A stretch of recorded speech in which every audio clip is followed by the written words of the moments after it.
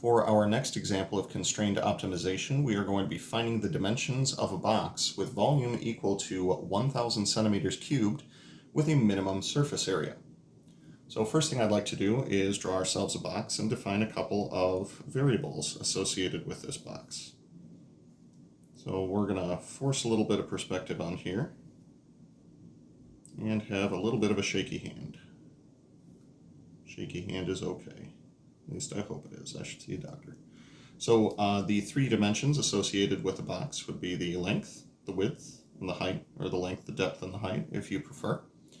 Now, a couple things that you should know regarding a box and formulas. The volume of a box is simply going to be the cross-sectional area times whatever the height is, same as it's been for, forever in geometry. The surface area of the box is going to be a little bit more complicated. The surface area of a box is comprised of a total of 6 rectangles, all of which, well, there will be 2 pairs that have the same area. The base of the box and the top of the box are both rectangles with dimensions of x times y, or x by y. So there will be 2 sides that are x by y. The front side and the back side would be x by z, and there are 2 of those. And then the 2 lateral panels would be y by z. So what we're going to set up is that we are going to minimize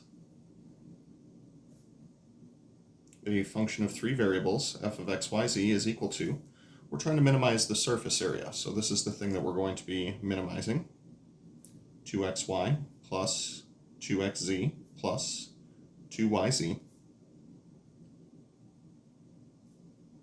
subject to the volume being equal to a constant. That will be our constraint. So xyz being equal to 1,000. So as we saw with a couple of our previous examples, this is going to give us our constraint function that we're going to refer to as g of xyz. So setting up our Lagrange multipliers, we need that the gradient of f is equal to lambda times the gradient of g. Taking a couple of partial derivatives, we'll start with a partial derivative with respect to x. So for the function f, there's an x here, that'll give us a 2y. There's an x here, that'll give us a 2z. And the last term is constant, so we neglect it. This will be lambda times the partial derivative of xyz with respect to x. So that'll be lambda times yz. The other 2 partial derivatives are going to look very similar in nature. So partial derivative with respect to y for the function f will be 2x plus, this term goes to 0, and this term becomes 2z. This will be lambda times, when we differentiate x times y times z with respect to y, we will get xz. So again, it looks very similar to our previous derivative. And finally, partial with respect to z will be, first term is a constant, will go to 0, and the last 2 terms both contain a z, so that'll be 2x plus 2y is equal to lambda times, differentiating that with respect to z will leave us with simply xy. Now, something that should be pointed out right away is that none of these quantities can be negative. So x, y, and z cannot be negative due to the fact that this is a physical thing and these are lengths comprising the box, so negative is definitely off the table. Additionally, we should check to see if any of them can be equal to 0. Well, if we set either x or y or z equal to 0, we're going to get a contradiction on the volume. So we'll just make a little note here. X, y, z cannot be equal to 0. Additionally, if I set lambda equal to 0 in any of these cases, that would imply that the variables are going to be opposites of each other, and again, none of them can be negative. So lambda cannot be equal to 0 either. Now, with those things in mind, we also have our last equation, which is xyz is equal to 1,000. Definitely worthy of having in there. Now, at this point, what I'm going to do is a little bit of tricky algebra.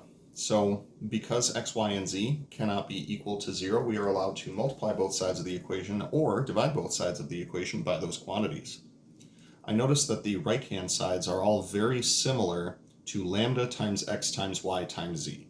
Each of them just happens to be missing one of those variables. So I am going to multiply both sides of the first equation by x, both sides of the second equation by y, and both sides of the third equation by z. What that means is all three of these equations will now be equal to lambda times x times y times z. This will be equal to 2xy plus 2xz from the first equation. In the second equation, this will become 2xy plus 2yz. And in the third equation, this will become 2xz plus 2yz. Now with that in mind, we're going to do an operation twice here. And the operation that we're going to do is set the first two equations equal to each other, and then set the first and third equations equal to each other. So, first two equations being equal to each other lets us know that 2xy plus 2xz is equal to 2xy plus 2yz. Because we have a 2xy on both sides of the equation, we can subtract it from both sides. And because we have a 2z on both sides of the equation now, I can now divide both sides by 2z. Again, I'm allowed to divide by z since I know it's non-zero. This lets us know, once everything is simplified, that x is equal to y. If I do the same thing with the first equation and the last equation, so this guy right here and this guy right here, I would get that 2xy plus 2xz is equal to 2xz plus 2yz. I'm going to perform the exact same two operations as what we did before. There is a term on both sides of the equation, and it's 2xz. So we're going to subtract that from both sides, then divide both sides by 2y. Upon dividing both sides by 2y, we get that x is equal to z. So that lets us know that in our box, x is equal to y, but x is also equal to z, so y is equal to z as well. Once you have that they're all equal to each other, you can go back to this equation right here and perform a couple of substitutions. I'm going to let y be equal to x, and I'm going to let z be equal to x as well.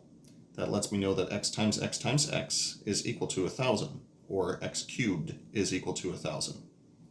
A cube root lets me know that x is going to be equal to 10.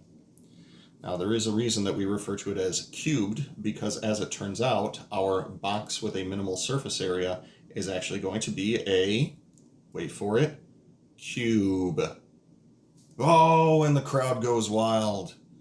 Now to give a full interpretation to this, we got that x is equal to 10, but we also have that x is equal to y and x is equal to z. So the dimensions of the box will be 10 centimeters by 10 centimeters by 10 centimeters. And if you are interested in actually calculating what that minimum surface area is going to be, this will be 2 times 10 squared plus 2 times 10 squared plus 2 times 10 squared for a total of 600 square centimeters. Now, if you do reference back to the directions, you'll notice though it just says find the dimensions of the box with the minimum surface area.